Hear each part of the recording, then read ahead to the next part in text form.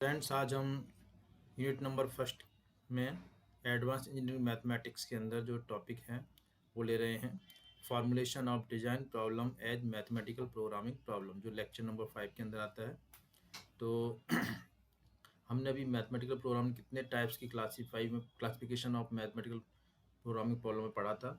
अब उनको कैसे बनाते हैं, कैसे फॉर्मुलेट करते हैं, वो हम इसके टॉपिक के अंदर डिस्कस करेंगे। यानी जो भी मैथमेटिकल प्रोग्रामिंग प्रॉब्लम है उसको बनाने के किस तरह से बनाया जाता है, तो इसका डिस्कस हम इसमें करेंगे। तो formulation of design problem as mathematical programming problems, ये सबसे पहले कैसे फॉर्मुलेट करेंगे एलपीपी, यानी लीनियर प्रोग्रामिंग प्रॉब्लम को कैसे फॉर्मुलेट करते हैं, इसको हम डिस्कस करते हैं। तो सबसे पहला स्टेप इसमें, determine the objective of the problem as described it, why a creation function is term of decision variables। एक हमें सबसे पहले ऑब्जेक्टिव फंक्शन बनाना है। इसके अंदर ऑब्जेक्टिव फंक्शन में जो डिफरेंट वेरिएबल्स, डिसीजन वेरिएबल्स वो यूज़ किए जाएंगे, जिससे एक ऑब्जेक्टिव फंक्शन बनेगा। उसको डिटरमाइन करना है प्रॉब्लम में, सबसे पहले ये काम करना है हमें इसमें। इसके बाद जो सेकेंड स्टेप है उसमें find out the constants, constant को फाइंड आउट करना है। There are 5 common type decision in which linear programming में बी प्ले ए रोल। में इस टाइप के जनरली होते हैं, और भी इससे ज़्यादा भी होते हैं, लेकिन जो कॉमन टाइप ये 5 हैं, इनमें जनरली इससे क्वेश्चन बनते हैं। तो जो पहला है प्रोडक्ट मिक्स, यानी प्रोडक्ट मिक्स प्रॉब्लम्स आती हैं प्रोडक्ट के ऊपर। इंग्रेडिएंट मिक्स वाली प्रॉब्लम आती हैं, असाइनमेंट प्रॉब्लम्स आती हैं, प्रोडक्शन प्लान आता है, और ट्रांसपोर्टेशन आता है। तो ये सारी प्रॉब्लम्स इसमें हम पढ़ते हैं, और इनको कैसे बनाते हैं, उन क्वेश्चन से इसको हम डिस्कस करेंगे। तो सबसे पहले आते हैं क्वेश्चन नंबर 1 पे। A furniture company has the following data for the production of chairs and tables. एक फर्नीचर कंपनी है जो कि प्रोडक्शन करती है चेयर्स और टेबल्स का। इसके बाद उसका जो डेटा है टेबल्स और चेयर्स का इस तरह से है। तो इसमें कंपनी टेबल्स और चेयर्स को कितने कितने आवर्स देती है और कितने टोटल आवर्स उसके पास हैं, वो बताया गया है। उनकी टेबल्स और चेयर को पेंट किया जाता है, तो पेंटिंग में कितने घंटे लगते, कितने आवर्स लगते हैं, चेयर्स में कितने आवर्स लगते हैं, और कितने टोटल आवर्स अवेलेबल है वो बताया गया है। और प्रॉफिट, टेबल्स पे कितना प्रॉफिट होता है और चेयर्स पे कितना प्रॉफिट होता है पर चेयर पर टेबल पे, वो भी बताया गया है। सबसे पहले कंपनी टेबल्स पे 3 आवर्स पर टेबल देती है, और चेयर्स को 4 आवर्स पर चेयर देती है। और जो टोटल अवेलेबल आवर्स हैं चेयर्स तो टेबल्स के लिए कंपनी के पास, वो हैं 2400, इतने टोटल दे सकती है वो। इसके बाद जो चेयर और टेबल बनने के बाद उनमें जो पेंट किया जाता है, यानी पेंटिंग, तो पर टेबल के लिए 2 आवर्स है पेंटिंग के लिए, और पर चेयर के लिए है 1 आवर। जो टोटल आवर अवेलेबल है कंपनी के पास पेंटिंग के लिए, वो है 1000। इसके बाद पर टेबल और पर चेयर पे कितना कितना प्रॉफिट होता है, तो प्रॉफिट कंट्रीब्यूशन क्या है, टेबल्स पर टेबल पे एक जो प्रॉफिट है वो $7 का है, और पर चेयर पे जो प्रॉफिट है वो $5 का है। तो ये अब हमने इसका डेटा बताया है कि जो फर्नीचर कंपनी जो डेटा रखती है टेबल्स और चेयर्स के लिए टाइम का, कि कितने कितने टाइम लगता है चेयर टेबल्स बनाने में, कितना अवेलेबल है, और कितना प्रॉफिट होता है पर टेबल और पर चेयर पे, ये हमने इसमें डेटा को बताया है। अब आगे क्वेश्चंस हैं। फॉर्मुलेट ए एलपीपी, एक लीनियर प्रोग्रामिंग प्रॉब्लम फॉर्मुलेट करें टू मैक्सिमाइज प्रॉफिट, जिसमें प्रॉफिट को मैक्सिमाइज किया गया हो, फॉर द मंथली प्रोडक्शन में of chairs and tables, chairs और टेबल्स के लिए। व्हेन एट मोस्ट 450 चेयर्स, जिसमें at most 450 chairs should be made, बनाई जाती हैं, and at least 100 tables are required, और इसके लिए 100 टेबल कम से कम रिक्वायर्ड होती हैं। तो ये हमें प्रॉब्लम दी गई है, इसी प्रॉब्लम को हमें फॉर्मुलेट करना है, यानी हमें इसको एक मैथमेटिकल प्रोग्रामिंग प्रॉब्लम में फॉर्मुलेट करना। तो कैसे इसको हम फॉर्मुलेट करते हैं, ये इसमें सॉल्यूशन बताते हैं। तो सबसे पहले let x denote the number of chairs, यहाँ पे एक्स जो वेरिएबल है डिनोट करता है नंबर ऑफ चेयर को, and y denote the number of tables, और बाई किसको डिनोट करता है, नंबर ऑफ टेबल्स को। प्रोड्यूस्ड मंथली, जो मंथली प्रोड्यूस्ड की जाती हैं। The objective is to maximise profit, इसमें जो ऑब्जेक्टिव फंक्शन है वो मैक्सिमाइज प्रॉफिट को मैक्सिमाइज करता है। इसे कैसे लिखेंगे, मैक्सिमाइज, पहले मैक्सिमाइज का लिखेंगे। और इसके बाद जेड, जेड जो सिंबल है जनरली ऑब्जेक्टिव फंक्शन के लिए लिया जाता है। तो objective function Z equals to, अब पर टेबल पे कितना प्रॉफिट हो रहा है, $7 का। हमने टेबल के लिए जो लिया है वो किसके लिए लिया है, एक्स लिया है, और बाई लिया है चेयर्स के लिए। तो इसमें क्या आ जाएगा, 7x+5 यानी कि ये प्रॉफिट है टेबल्स और चेयर्स पे। तो उसको हम टोटल मंथली बनाने के लिए क्या करेंगे, ये पर टेबल और पर चेयर पे प्रॉफिट है, हमें मंथली प्रॉफिट बनाना है तो क्या करेंगे, 7x+5, ये हमारा ऑब्जेक्टिव फंक्शन बन जाएगा।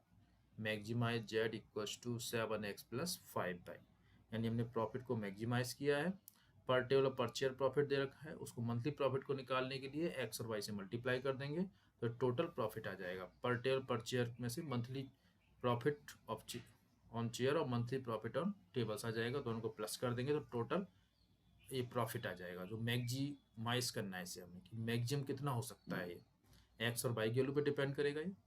इसके आते हैं कंस्टेंट्स। तो कंस्टेंट निकालने के लिए ये कह रहा है कारपेंट्री टाइम अवेलेबल इन 2400 आवर्स।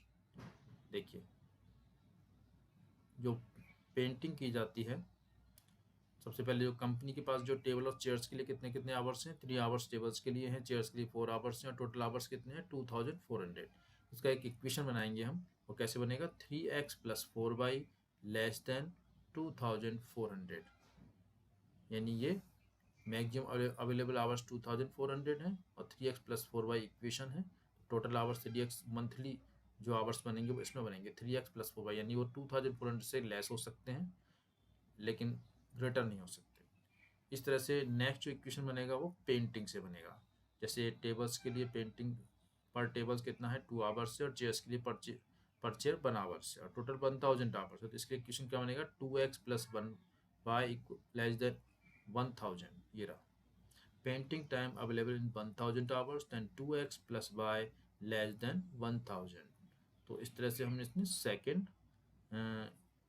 इनइक्वलिटी बन गई हमारी ये, या सेकेंड कांस्टेंट बन गया। Further chair should not be more than 450, जो चेयर्स हैं वो 450 से ग्रेटर नहीं हो सकती। इसको लिखेंगे x less than 450 number of chairs. तो ये नेक्स्ट कांस्टेंट बन जाएगा। And there should be at least 100 tables, और कम से कम 100 टेबल्स हो सकती हैं, तो y less than 100 number of tables आ जाएगा। तो इस तरह से ये कांस्टेंट सारे हमने कंस्ट्रक्ट कर लिए हैं। सबसे पहले ऑब्जेक्टिव फंक्शन बनाया हमने, profit maximise Z equal to 7x+5 जो हमारे पास पर टेबल और पर चेयर जो हमारे पास इसमें प्रॉफिट था उसमें हमने एक्स और वाई का मल्टीप्लाई कर टोटल प्रॉफिट बना दिया, maximise Z equal to 7x+5। Then constants के लिए सबसे पहले हमने उसके लिए बनाया कंपनी कितने आवर्स टेबल और चेयर्स के लिए रखती है, तो 3x+4y less than 2400, total hours 2400 है, तो मंथली आवर्स इस तरह से आ जाएंगे। इस तरह से पेंटिंग के लिए क्या बना, 2x+y लेस देन 1000, जो हमारे पास अवेलेबल डेटा था पेंटिंग के लिए 2 आवर्स, टेबल्स के लिए चेयर्स पर टेबल्स के लिए 1 आवर्स, और टोटल आवर्स 1000 थे। तो इस तरह से उसके लिए हमारे पास पेंटिंग के लिए क्या बन गया, ये कंस्टेंट 2x+y लेस देन 1000। इसमें हम यहाँ पे लिख भी सकते हैं कि कंस्टेंट को कोई नाम दे सकते हैं। जैसे ये जो कंस्टेंट है इसमें कंपनी के पास कितने टावर्स टाइम अवेलेबल है, तो यहाँ पे हम दे सकते हैं टाइम अवेलेबल ऑन कंपनी, यहाँ पे बना सकते हैं, अलग से लिख सकते हैं। और पेंटिंग के लिए यहाँ painting time for chair and tables लिख सकते हैं इस तरह से chair should not be more than 450, तो x less than 450 maximum time for chairs, और कम से कम टाइम है टेबल्स के लिए बाई ग्रेटर देन 100 आ जाएगा इसमें। तो इस तरह से ये हमने कांस्टेंट बना दिए। Non negative condition, since negative number of chairs और tables can not be made, we know that number of chairs और नंबर टेबल्स कभी भी नेगेटिव नहीं हो सकते, तो इसके लिए नॉन नेगेटिव कंडीशन लिखनी पड़ेगी हमें, x ग्रेटर देन बाई और y greater than y, x और बाई दोनों ही पॉजिटिव होंगे। This LPP can be summarised as, इस तरह से जो लीनियर प्रोग्रामिंग प्रॉब्लम्स हो इस तरह से बनेगी। Maximise Z 7x+5 objective function हो गया है। सब्जेक्ट टू, हमेशा जो कांस्टेंट होते हैं उनको सब्जेक्ट टू से लिखा जाता है, subject to 3x plus 4y less than 2400 carpentry time constant है ये, यानी कारपेंट्री टाइम कांस्टेंट हो गया, और मतलब कारपेंटर से बनाने में इतना टाइम लेता है, तो कारपेंट्री टाइम कांस्टेंट भी कह सकते हैं इसको हम। 3x plus 4y less than 2400। इसके बाद है 2x plus Y less than 1000, ये है पेंटिंग टाइम कांस्टेंट। तो इसमें हमने जो बनाया था ऊपर, ये तो पेंटिंग के लिए कितना टाइम लगता है उसके अकॉर्डिंग हमने जो इक्वेशन बनाया था, इनइक्वलिटी बनाई थी, वो इस तरह से बनाई थी, जिसे हम पेंटिंग टाइम कांस्टेंट भी कह सकते हैं। नेक्स्ट है x लेस देन 450, यानी डिमांड कांस्टेंट है, डिमांड ऑफ चेयर्स, तो डिमांड कांस्टेंट कहेंगे इसे x लेस देन 450। और y ग्रेटर देन 100, ये भी डिमांड कांस्टेंट है, टेबल्स का कम से कम टेबल्स कितनी चाहिए हमें, 100 चाहिए। और x ग्रेटर देन y और y greater than sign constant कहलाते हैं, non negative condition, non negative constant भी कह सकते हैं इनको। इस तरह से प्रॉब्लम को फॉर्मुलेट किया है। ये प्रॉब्लम ठीक से समझ में आ गई, सभी प्रॉब्लम्स आप बना सकते हैं, क्योंकि ये बेसिक फर्स्ट प्रॉब्लम है। फर्स्ट प्रॉब्लम की तरह सेकंड थर्ड जो भी प्रॉब्लम बताएंगे वो सभी इसी तरह से बनेंगे। तो इस तरह से ये फर्स्ट प्रॉब्लम कंप्लीट हुई। अब नेक्स्ट सेकंड प्रॉब्लम पे आते हैं। Formulate the following problem as LPP to minimize the profit. इसमें प्रॉफिट को मिनिमाइज करना है। तो एक company produce 3 types of bearings, एक कंपनी प्रोड्यूस करती है 3 टाइप्स के bearings A B and C on 2 machine G and H, यानी 3 टाइप्स के बियरिंग्स हैं ए बी सी, और 2 मशीन पे बनाए जाते हैं जी और एच पे। वो the processing time of the bearings on the 2 machines, और बियरिंग्स के लिए जो प्रोसेसिंग टाइम है 2 मशीन्स पे, वो यहाँ इस टेबल के अंदर बताया गया है। चलिए, सबसे पहले यहाँ पे 3 ए बी सी बियरिंग्स के टाइप्स बताए गए हैं, और जी और एच मशीन बताए गए हैं इस तरह से। यहाँ पे टाइम अवेलेबल कितना कितना है पर डे, वो भी बताया गया है। सबसे पहले आते हैं जी मशीन पे। तो जी मशीन पे ए टाइप के बियरिंग्स 10, बी टाइप के बियरिंग्स 6 और सी टाइप के बियरिंग्स 12 इस तरह से प्रोड्यूस किए जाते हैं, बनाए जाते हैं। इस तरह से एक नेक्स्ट मशीन है एच, इस मशीन पे ए टाइप्स के बियरिंग 8, बी टाइप्स के बियरिंग 4 और सी टाइप्स के बियरिंग 4 बनाए जाते हैं, और टोटल टाइम अवेलेबल है कंपनी के पर डे वो है 1000 मिनट्स। अब प्रॉफिट पर यूनिट, यानी ए टाइप के बियरिंग्स के लिए 4 है, बी टाइप्स के बियरिंग्स के 2 है, और सी टाइप के बियरिंग्स के लिए 3 है रुपीज़ के अंदर। तो profit per unit of bearing in rupees क्या हो गया, 4 ए के लिए है 4 रुपीज़, बी के लिए 2 रुपीज़, सी के लिए 3 रुपीज़, इतने इतने पैसे प्रॉफिट होता है इन पे। The maximum number of unit of company can sell, जो total number of company sell कर सकती है, are 500, 400, 600 for A B and C type respectively, यानी ए बी सी 3 टाइप्स के बियरिंग्स हैं, उन पे जो company maximum number of units उनको सेल कर सकती है वो क्या है, ए टाइप्स के लिए 500, बी टाइप्स के लिए 400, सी टाइप्स के लिए 600 है।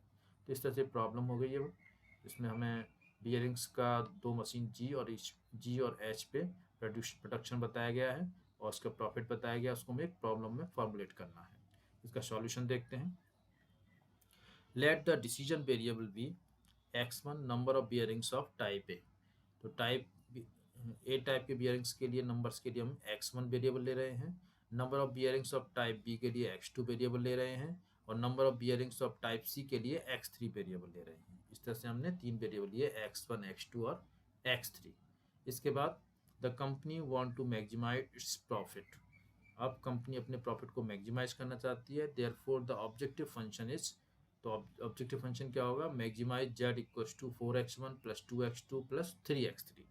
तो ऑब्जेक्टिव फंक्शन हो गया 4x1 plus 2x2 plus 3x3, और ये तो हो गया ऑब्जेक्टिव फंक्शन। अब कांस्टेंट पे आते हैं। तो ये कैसे बनाया हमने, यहाँ से बनाया है, देखिए profit per unit of bearing in rupees, 4 A type के लिए है 4 रुपीज़, 2 रुपीज़ है बी टाइप्स के लिए, और 3 रुपीज़ है सी टाइप्स के लिए।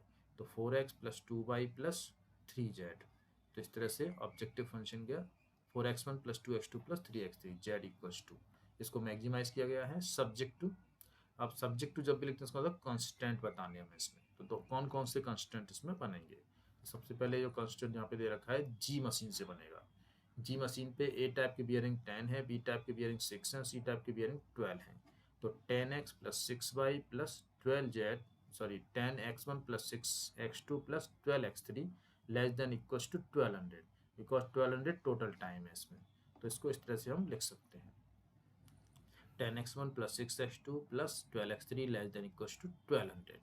और इस तरह से per day time available on machine H के लिए कैसे बनेगा, एच का डेटा इस तरह से है 8 बियरिंग्स हैं ए पे और 4 बियरिंग्स हैं बी पे और 4 बियरिंग्स हैं सी पे। तो 8x1 plus 4x2 plus 4x3 less than equals to 1000। इस तरह से सेकेंड कांस्टेंट बनेगा 8x1 plus 4x2 plus 4x3 less than equals to 1000। इसके बाद अब आता है maximum number of units company can sell. इसमें जो नीचे दिया गया है इस तरह से the maximum number of units the company can sell are 500, 400, 600 for A B and C respectively. यानी ए बी सी टाइप्स के लिए हमारे पास जो नंबर ऑफ यूनिट्स हैं सेल करने के लिए 500, 400, 600 है। तो इनको हम यहाँ पे ऐसे लिख सकते हैं x1 less than equals to 500 A types के लिए, x2 less than equals to 400 B types के लिए और x3 less than equals to 600 C types के लिए।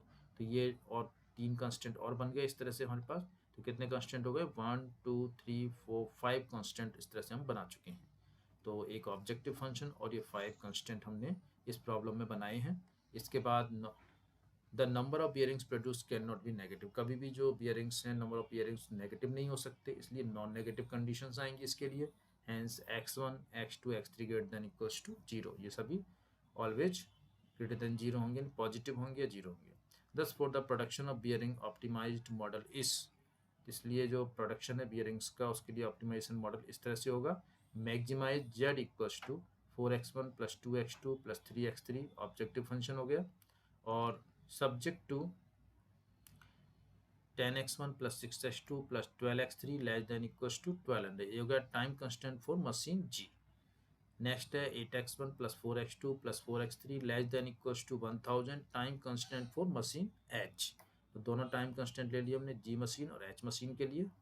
और नेक्स्ट है x1 less than equals to 500, x2 less than equals to 400, x3 less than equals to 600। ये हमने जो बाद में लिए थे कि उनकी सेल का, कि इतनी सेल कर सकते हैं मैक्सिमम, हमने क्वेश्चन में लिया था, ये रहा था maximum number of units of company can cell. तो ये उसकी सेल इतना उसकी कैपेसिटी है, वो कैपेसिटी बताई गई कंपनी की। तो x1 less than equals to 500, x2 less than equals to 400, x3 less than equals to 600। और नॉन नेगेटिव कंडीशंस में क्या आ जाएगा x1 greater than equals to 0, x2 greater than equals to 0, x3 greater than equals to, because जो number of bearings हैं कभी भी negative नहीं हो सकते, हमेशा पॉजिटिव या 0 हो सकते हैं। इसके बाद है ये इस तरह से सेकंड क्वेश्चन कंप्लीट हुआ। Now the third question, A firm can produce 3 types of clothes. एक फर्म है जो 3 टाइप्स के क्लॉथ प्रोड्यूस करती है ए बी सी, जिनको कैटेगराइज किया गया है ए बी सी में। 3 kinds of wool are required, इसके लिए 3 टाइप्स की वूल रिक्वायर्ड होती है। To it red green and blue, और कितनी तरह की है वो रेड ग्रीन और ब्लू, 3 कलर्स की वूल है इसमें। तो एक फर्म है जिसको 3 टाइप क्लॉथ प्रोड्यूस करती है ए बी सी, और उसमें जो वूल रिक्वायर्ड होती है उनके लिए थ्री कलर्स की है, रेड ग्रीन और blue. 1 unit of length type of cloth, जो 1 यूनिट होती है लेंथ की of cloth A need 2 metres of red wool, इसके लिए 2 मीटर्स रेड वूल रिक्वायर्ड होती है, 2 metres of blue wool required होती है।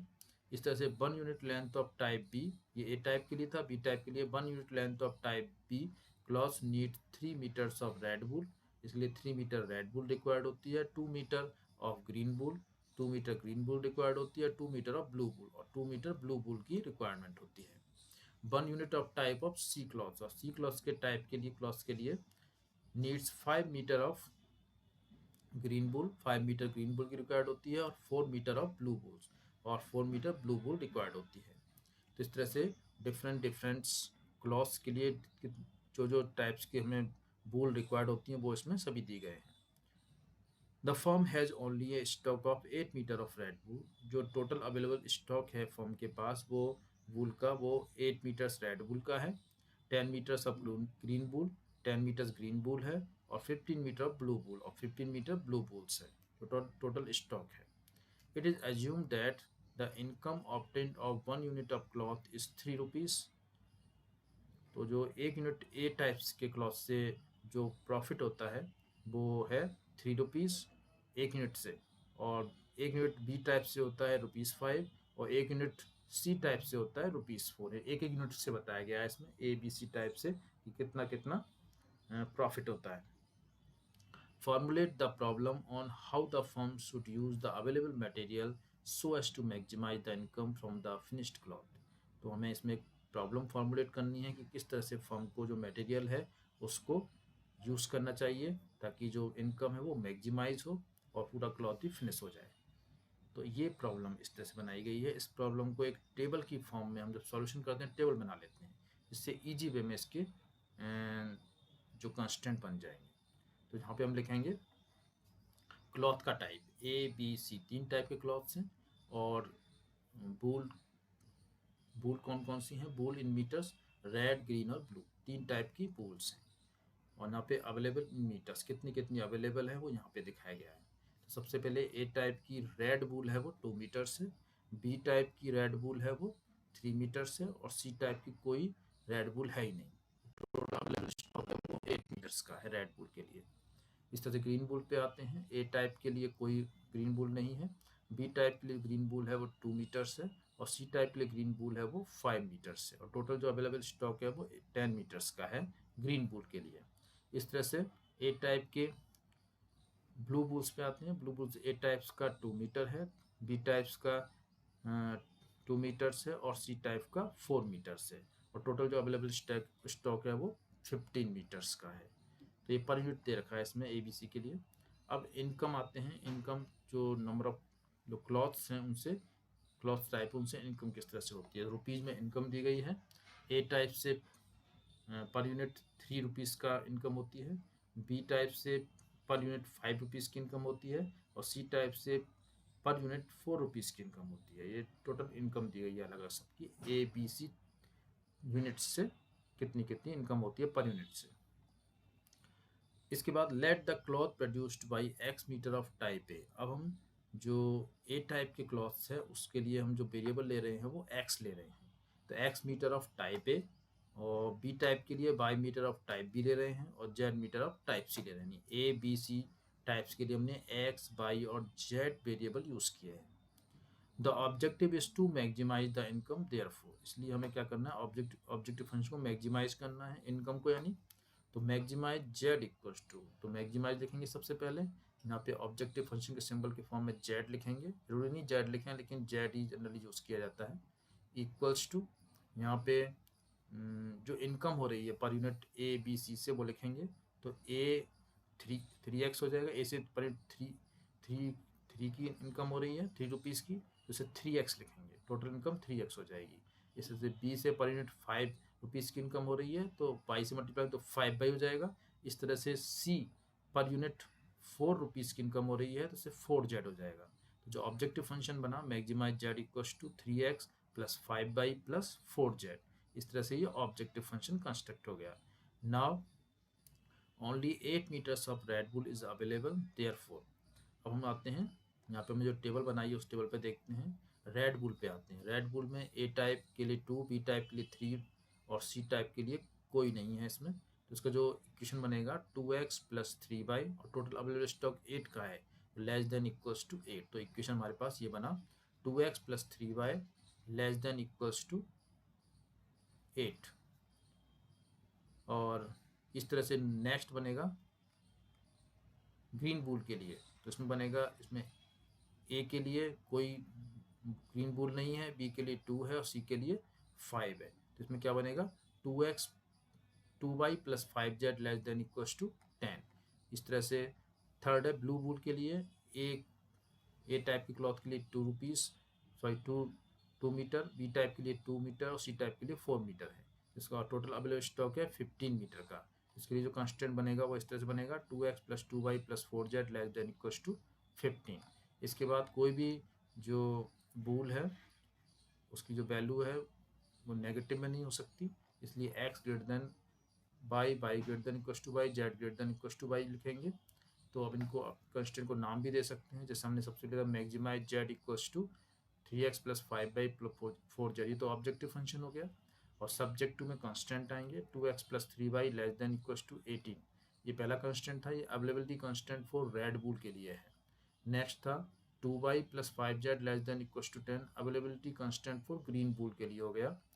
और नेक्स्ट था 2x plus 2y plus 4z less than equals to 15, ये availability constant for blue wools के लिए हो गया।